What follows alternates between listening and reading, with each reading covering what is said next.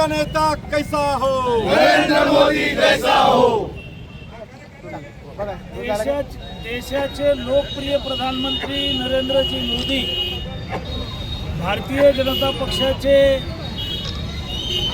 गृहमंत्री माननीय अमित शहाजी यांच्या नेतृत्वामध्ये देशामध्ये ज्या विधानसभेच्या निवडणुका झालेल्या आहेत, स्वातंत्र्याच्या इतिहासामध्ये पहिल्यांदा पश्चिम बंगालमध्ये ममता बॅनर्जी यांचा खूप मोठा पराभव झालेला आहे।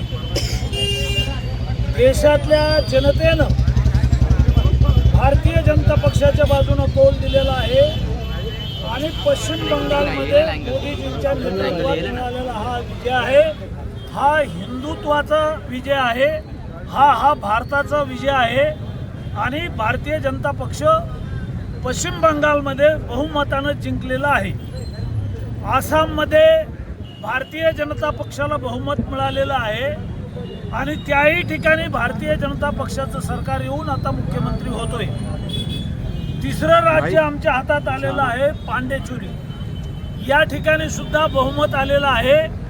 3 राज्यात भारतीय जनता पक्षाची सत्ता आलेली आहे आणि आम्ही हे 3 राज्य जिंकले आहेत। मोदीजींच्या नेतृत्वात हे 3 राज्य जिंकलेले आहेत आणि त्यामुळं भारतीय जनता पक्षाच्या कार्यकर्त्यांचा उत्साह वाढलेला आहे। जालन्यामध्ये कैलासजी गोरेंटाल, भास्करआबा दानवे, माननीय आमचे उपमहापौर राजेशजी राऊत आणि भारतीय जनता पक्षाचे सर्व पदाधिकारी यांनी जल्लोष केलेला आहे। या ठिकाणी आनंद उत्सव साजरा केलेला आहे आणि देशभरामध्ये पुन्हा एकदा सिद्ध झाला आहे की नरेंद्र मोदीजी या देशाचे प्रधानमंत्री आहेत आणि या देशाला महासत्ता करण्यासाठी या देशामध्ये मोदीजींच्या नेतृत्वाची गरज आहे।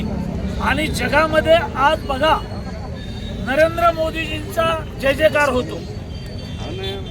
जगभरामध्ये पेट्रोलच्या किमती वाढल्या, पाकिस्तानमध्ये 500 रुपये लिटर पेट्रोल झालेलं आहे, इस्रायल आहे, इराण आहे, प्रगत राष्ट्रामध्ये सुद्धा 500 रुपये 400 रुपये लिटर पेट्रोल आहे। डिझेलचे भाव वाढलेले आहेत, हाहाकार माजलेला आहे।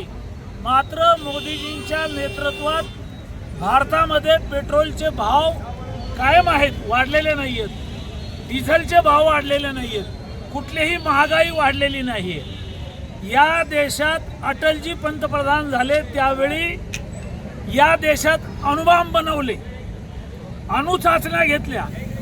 अब्दुल कलामजी शास्त्रज्ञ होते, भारतरत्न म्हणून त्यांचा पुरस्कार झाला, त्यांना ते भारतरत्न पुरस्कार दिला।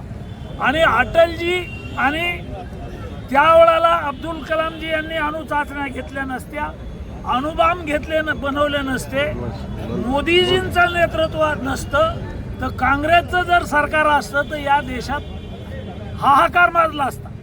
मात्र या देशातल्या सर्व समाजाचे लोक 140 कोटी लोक मोदीजींच्या विश्वासावर निवांत झोपतात।